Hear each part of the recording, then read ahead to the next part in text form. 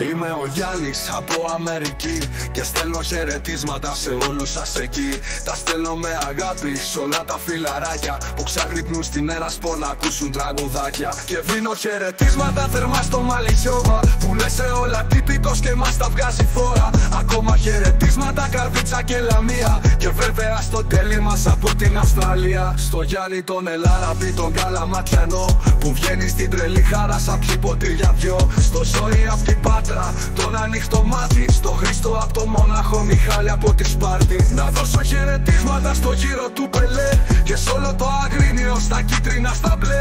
Μανώλη απ' την Άξο, ακούς που σου μιλάω, σου στέλνω χαιρετίσματα γιατί σε αγαπάω. Στο Τίνο τα Εξάρχεια, στο Μόρο το Δημήτρη και στο μικρό Θανάση μας απ' τη Θεσσαλονίκη. Στο Χρήστο από Εύωσμο, Ηλία από Άρτα και από Ζωγράφου στον Νίκο τον Πανάθρα. Βασίλη Κουκουτσίλη, πιστός στη συντροφιά και στο Θοδωρή μας από τον Καναδά.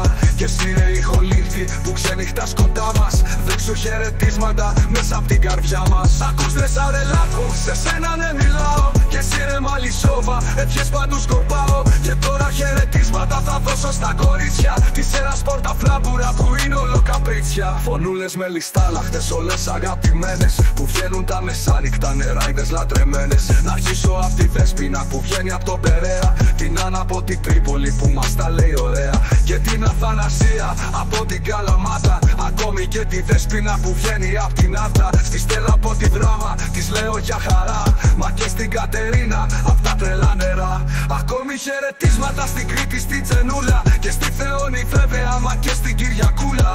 Να δώσω χαιρετίσματα στον άγνωστο του Νίτσο που όποια ώρα και αν μπω στην Έρασπορ το βρίσκω. Αφήνω την καλή νύχια σε εσάς Ερασπορίτες, καλά να ανταμώνουμε και ευχάριστα τις νύχτες. Άντε γεια σας και φιλιά σε όλους.